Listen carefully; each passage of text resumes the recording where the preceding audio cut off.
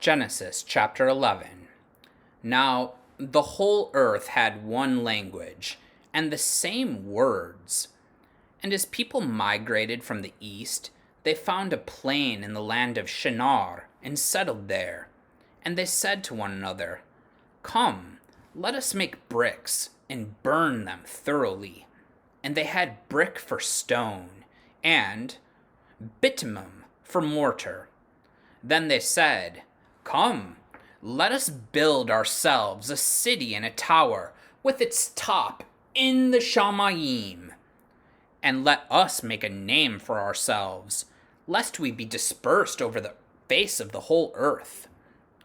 And Yahweh came down to see the city and the tower, which the children of man had built. And Yahweh said, "Behold, they are one people, and they have all one language. And this is only the beginning of what they will do. And nothing that they propose to do will now be impossible for them.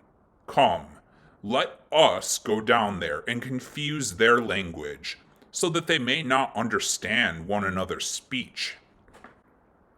So Yahweh dispersed them from there over the face of all the earth, and they left off building the city.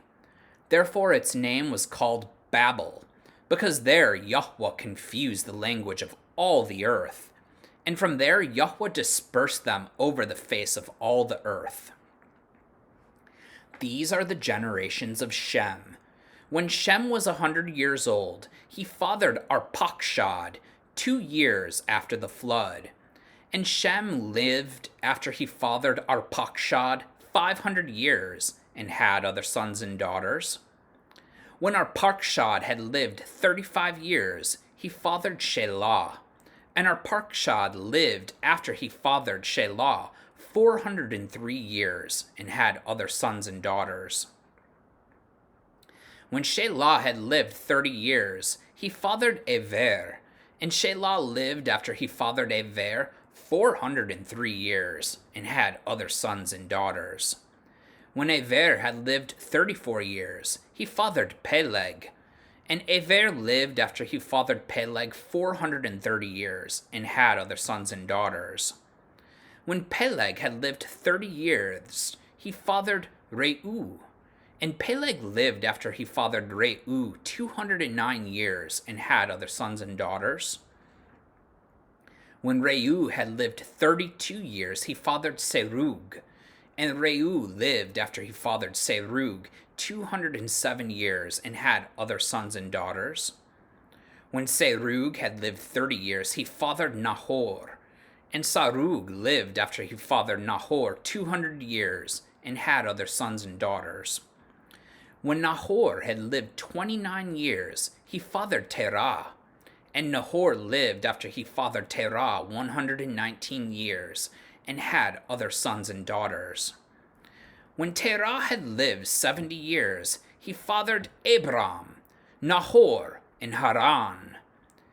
Now, these are the generations of Terah.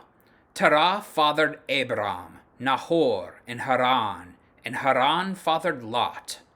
Haran died in the presence of his father Terah, in the land of his kindred, in Ur-Kasdim. And Abram and Nahor took wives. The name of Abram's wife was Sarai, and the name of Nahor's wife Milcah, the daughter of Haran, the father of Milcah, and Yiscah. Now Sarai was barren, she had no child.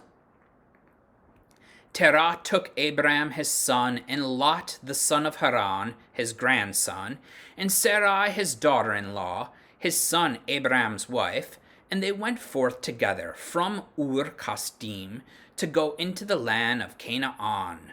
But when they came to Haran, they settled there. The days of Terah were 205 years, and Terah died in Haran. Amen.